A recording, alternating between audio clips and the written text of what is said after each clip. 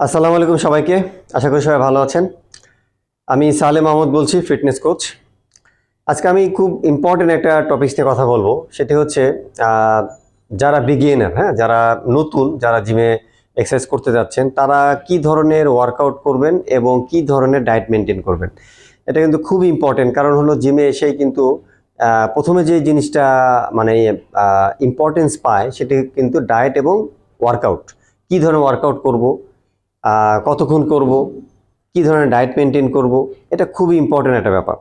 তো এটা নিয়েই আমি আজকে কিছু কথা বলবো, যেটা খুবই ইম্পর্টেন্ট আমি মনে করি যারা জিমে যারা নতুন জয়েন করতে যাচ্ছেন। তো আমি কথা না বেরিয়ে শুরু করতে যাচ্ছি। সেটি হলো যারা জিমে যারা নতুন, ধরেন আগে কখনো জিমে আসেন নাই, তাদেরকে আমরা নতুন বলছি এবং বিগিনার বলছি। কখনো এক্সারসাইজ করেন না, এরকম যাদের এক্সপিরিয়েন্স নাই তারাই হচ্ছে বিগিনার।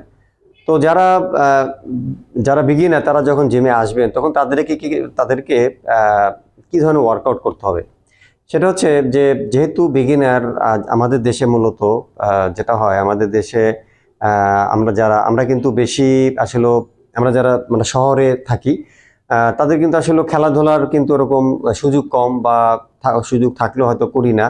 এসব কারণে কিন্তু আমাদের স্ট্রেংথ লেভেল খুবই কম থাকে। তো এই জন্য আমরা চেষ্টা করব যে জিমে এসে আমরা খুব বেসিক ওয়ার্কআউটগুলি করব।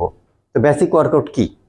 বেসিক ওয়ার্কআউটগুলি হচ্ছে যেমন আমরা কিছু কিছু কার্ডিও এক্সারসাইজ করব। মানে যখন যারা বিগিনার তাদেরকে রুটিনটা আমরা এভাবেই সাজিয়ে দেই। সেটা হচ্ছে ওখানে কিছু কার্ডিও ভাস্কুলার এক্সারসাইজ থাকে, কিছু স্ট্রেংথ ট্রেনিং থাকে, কিছু মোবিলিটি এক্সারসাইজ থাকে।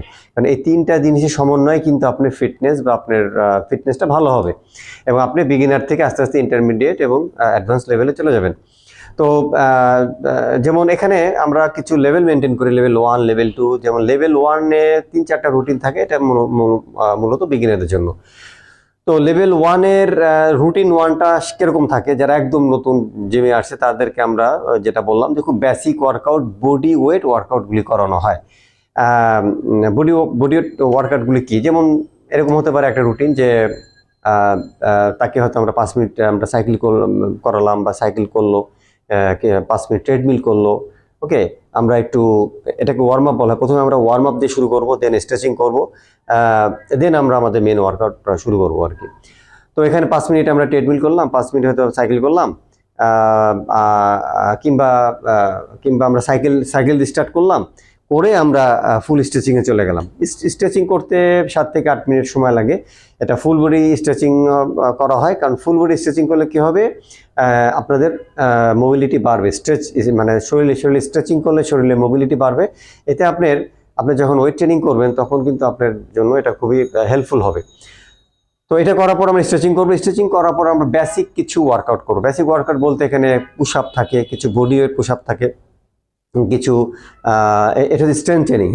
পুশ আপ থাকে, মানে রেগুলার পুশ আপ যেটা বলা হয়, পুশ আপ থাকে। তারপরে এখানে স্কোয়াট থাকে, বডি ওয়েট স্কোয়াট, তারপর লাঞ্জেস থাকে।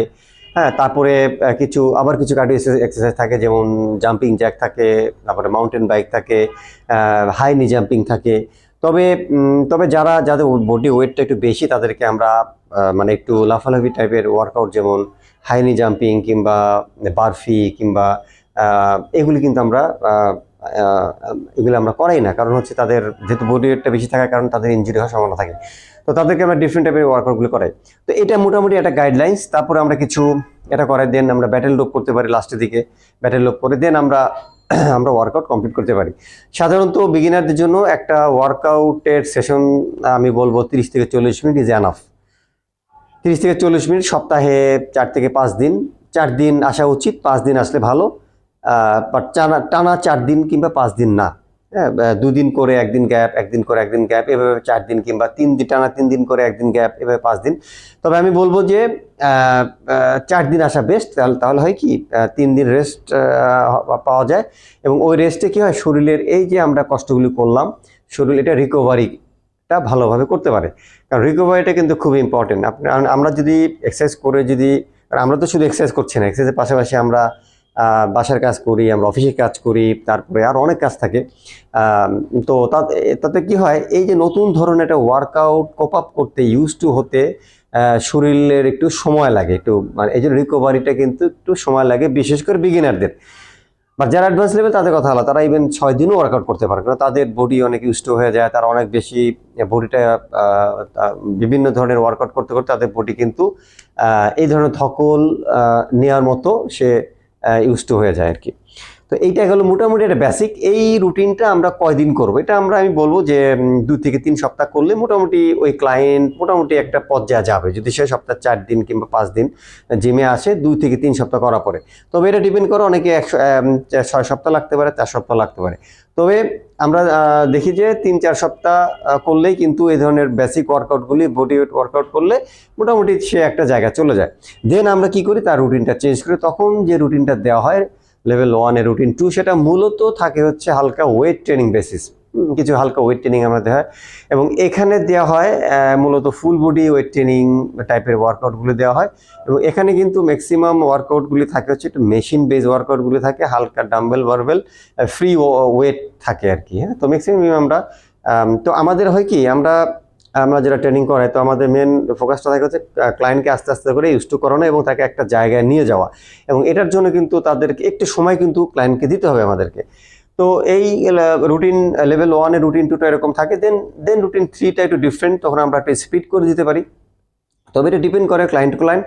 তখন রুটিন 3টা আমরা স্পিড, যেমন পুশ পুল লেগ করতে পারি, অনেক ধরনের স্পিড করা যেতে পারে। হ্যাঁ, তো পুশ পুল লেগটা আমরা লেভেল 1 এর রুটিন 3টা ম্যাক্সিমাম দিয়ে থাকি, কারণ এই স্প্লিটটা খুব ভালো একটা স্প্লিট। কারণ হচ্ছে এখানে চেস্ট শোল্ডার ট্রাই, পুশ পুল লেগ যেটা আমি বলছি, chest shoulder tricep, back bicep, legs, এটা ডাবল হিট হয়। আমি যে 5 দিন করি, 2 বার করে রিপিট হবে, তো এটা খুব ভালো এক্সারসাইজ। তো এই হলো ব্যাপার। তো আসলে আমাদের মেন যে ফোকাস থাকে, বা ক্লায়েন্টের যারা বিগিনার তাদেরকে মেন যে জিনিসটা বুঝতে হবে বা শিখতে হবে, সেটা হচ্ছে ফর্ম।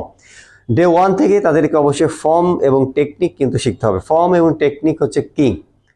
ফর্ম এবং টেকনিক ছাড়া কিন্তু আপনি আসলে কিছু করতে পারবেন না। জিমে এসে কিন্তু শুধু ডাম্বেল বারবেল উঠালে হবে না, এটা মনে রাখতে হবে। এটা কিন্তু একটা সায়েন্স, এটা একটা বিজ্ঞান। এটা নিয়ে মানুষ পিএইচডি করছে, এটা নিয়ে প্রতিদিন নতুন নতুন রিসার্চ আসতেছে বিভিন্ন ধরনের। তো এই জন্য খুব মানে বুঝে শুনে ব্যাপারগুলি করতে হবে, নাহলে কিন্তু আপনি কিন্তু বড় একটা ইনজুরিস হতে পারে কিন্তু। হ্যাঁ, যেমন আপনি যদি জিমে এসে প্রথমে যদি আপনি ডেডলিফট করতে চান, পুল আপ করতে চান, আপনি প্যারালাল ডিপস করতে চান, কিংবা ওয়েটনি স্কোয়াট করতে চান, আপনি বডি কিন্তু এই এক্সারসাইজগুলি সে নিবে না, কারণ এগুলি টোটালটাই হচ্ছে টেকনিক্যাল। তো এই জন্য আমি বলবো আপনি আস্তে আস্তে করে আগান, তাহলে আপনি একটা জায়গায় যেতে পারবেন এবং কোনো ইনজুরিস হবে না। এটা গেল ওয়ার্কআউট সম্পর্কে। এরপর হচ্ছে ডায়েটটা হচ্ছে কি, ডায়েটটা আসলে আমরা এখন ইউটিউবে মানে এত ইনফরমেশন, আমরা আসলে মানে মিক্স আপ করে ফেলি আসলে কি ডায়েট করব, কি খাবো, কি ভাই আমি যেটা বলবো, ডায়েটটা খুবই সিম্পল ডায়েট। এখানে এত বেশি প্যারা নেওয়ার কিছু নাই। আপনি যে ডায়েটটা করছেন এখন, মানে এক্সারসাইজ শুরু করার আগে যে ডায়েট করছেন, সেটাই আমি বলবো সেটাই করেন আপনি। বাট কিছু জিনিস বাচ্চার দেবেন, যেমন fast food, street food, junk food, এগুলো একটু কম খাবেন না বলছে না কিন্তু এটা। কারণ আপনি যে হঠাৎ করে যদি না খান, তাহলে কিন্তু আপনি হঠাৎ করে এখান থেকে আবার আপনি চলে যাবেন। It's not a good idea. তো এই জন্য আপনি খাবারটা যেমন সকালবেলা আমি ডায়েটের একটা নমুনা বলছি। যেমন সকালবেলা আমরা কি খাই, সকালবেলা হয় আমাদের রুটি থাকে, বা রুটি খাই, রুটির সাথে আপনি 2টা ডিম খান, ডিমের সাথে একটু সবজি থাকলো, ফাইন। দেন আপনি 11টা-12টার দিকে কিছু বাদাম খেতে পারেন, বা একটা সিজনাল ফ্রুটস খেতে পারেন। দেন লাঞ্চে আপনি ধরেন একটু ভাত খেলেন। আগে হয়তো আপনি 5 কাপ ভাত খেতেন। আমি বলবো যদি আপনি ফ্যাট লুজ করতে চান, সেক্ষেত্রে আপনি ভাতের পরিমাণটা, মানে টোটাল খাবারটা আপনি একটু কম খাবেন। আমি বলছি না যে একদম আপনি মানে অমিট করে দেন, সেটা কিন্তু না। হ্যাঁ, কারণ এটা আসলে অমিট করে কোনো জিনিস করাটা is not a good idea. তো লাঞ্চ কেমন হতে পারে, আমি ইন জেনারেল সবার জন্য বলছি। লাঞ্চ যেমন 2 কাপ ভাত হতে পারে, সাথে একটু প্রোটিন খাবো, মানে মাছ, মাংস, ডিম যেটা রান্না থাকে, একটু ভেজিটেবল থাকলো, ভাজি, তরকারি, আমাদের বাঙালি যে খাবার আমরা খাই সেটাই খাবো। এখানে কোনো এরকম না, মানে এটা কোনো রকেট সায়েন্স না যে আমাকে নতুন করে কোনো খাবার তৈরি করতে হবে, আমাকে সিদ্ধ খাবার খেতে হবে, দরকার নাই। হ্যাঁ, এগুলি আসলে সিম্পল থাকে সবচেয়ে ভালো। এরপর আপনি বিকালে একটা হয়তো স্ন্যাক্স দিতে পারেন। আপনি যদি চা খাওয়ার অভ্যাস থাকে, আপনি চা খেতে পারেন, কোনো অসুবিধা নেই। চা খান, চার সাথে একটু যদি বিস্কুট আপনি খেতে পারেন, কোনো অসুবিধা। তবে আমি বলবো যে এই ধরনের প্রসেস ফুডগুলি যেগুলি বাইরে তৈরি হয়, এগুলি একটু কম খাওয়াই ভালো। এগুলো অভ্যাসটা অন্তত করে গড়ে তুলতে হবে, এবং সেটা অবশ্যই জানতে হবে। আমরা সবসময় হোমমেড খাওয়ার চেষ্টা করব। তো চায়ের পরিবর্তে আপনি গ্রিন টি খেতে পারেন। তো গ্রিন টি অবশ্যই চার থেকে ভালো। এখন যদি আপনি খুব মানে চার ক্রেভিং আপনার আছে, আপনি প্রতিদিন চা খেতে অভ্যস্ত, তাহলে হঠাৎ করে আপনি চা ছাড়তে পারবেন না। তাহলে আপনি যেখানে 4 কাপ খেতেন সেখানে আমি বলবো 2 কাপ খান, বাট খান। ওকে, ডিনারে আমরা একটু ভাতটা কম খাবো, ডিনারে যেহেতু মানে ডিনারে খাবারটা আমরা একটু কম খাবো, কারণ যেহেতু আপনি অনেক এক্সারসাইজ করছেন না, তো আপনার আসলে এত খাবারের মানে ফুড ইনটেকের দরকার নাই। ডিনারটা হতে পারে ধরেন আমি হয়তো লাঞ্চে যদি 2 কাপ ভাত খাই, ডিনারে 1 কাপ ভাত খাবো, কিংবা একটা রুটি খাবো, ভেজিটেবলস মাছ মাংস অল্প করে খাবো, শেষ। এই তো, এই সিম্পল, মানে ডায়েট একদম সিম্পল। দেন আপনাকে যে অভ্যাসটা করতে হবে সেটা হচ্ছে জিমে আসার অভ্যাস গড়ে তুলতে হবে। আপনি জিমে যদি আসেন step by step, level by level, আপনি নিজে অনেক কিছু বুঝে যাবেন। তখন দেখবেন যে এখন সে ধরেন আপনি স্মোকিং করেন, আমরা বলছি না আপনি ডে 1 থেকে স্মোকিংটা ছেড়ে দেন, আমি বলবো আপনি স্মোকিং করেন, হয়তো 4টা খেতেন এখন 2টা খান। তো জিমে আসলে কি হবে, আপনার যত খারাপ অভ্যাসগুলো আছে এখান থেকে কিন্তু আপনি আস্তে আস্তে সরে যেতে পারবেন। এটা কিন্তু একটা বিশাল একটা, আমি বলবো জিমে আসা মানে একটা একটা একটা মোটিভেশন, একটা ভালো মোটিভেশন কাজ করে। আপনার মধ্যে একটা সচেতনতা তৈরি হবে, তখন দেখবেন আপনি অনেক কিছু বাচ্চাদের আপনি ভালো খাবার খাচ্ছেন। হ্যাঁ, তো এটা স্টেপ বাই স্টেপ হয়ে যাবে। এটা নিয়ে প্রথমে আপনি এত প্যারা নেওয়া দরকার, কারণ আপনি বিগিনার, আপনি আসবেন, আপনার মেন কাজ হচ্ছে জিমে 4 দিন পা দেওয়া, জিমে 4 দিন আসা, এইটা আপনার মেন কাজ। এর বাইরে আপনার কোনো কাজ নেই।